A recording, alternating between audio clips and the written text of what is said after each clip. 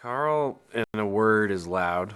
Um, Chipper, I like to think, you know, boisterous, but really loud. I think I always come back to loud. I'm pretty sure at one point his name was Loud Carl in the script, but then they took it out. I mean, I'm not good at reading into subtext, but I think they love him. I think they really, really love him. Like he's like their hero in the town. But again, I'm not really good at reading into subtext. So it might be the opposite of that. Well, there were a few in here, but the main one was Carl was coming on to expose a scandal, and Leslie is begging him not to. And then, will he, or will he do the right thing? Tune Yes, in. it'll remain an ongoing This discussion. is a Jerry-heavy episode, which I was delighted to find out. Everybody's always ripping on Jerry, and then he gets mugged in the park, so everyone starts being nicer to him, but it's really, really hard. He makes it very difficult for them to be nice to him. And I'm Loud Carl, and I work in the park where he got mugged, so they're talking to me about trying to improve park safety. And I take them on a ride along, Denzel Washington style. It's a lot like Denzel Washington and Ethan Hawke when me and Polar get in the seat together. I mean, I mainly love Parks and Rec because of the theme song. Not really a fan of the cast. Not Polar. Not really my style. Aziz, very unfunny. Who else? Rashida. Ugh.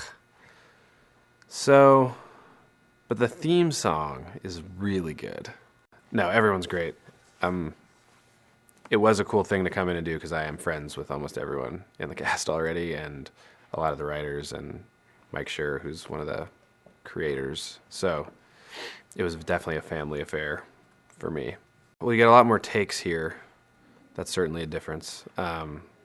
If you mess up here, it's not happening live at that exact moment. You can just go, I'm going to do it again.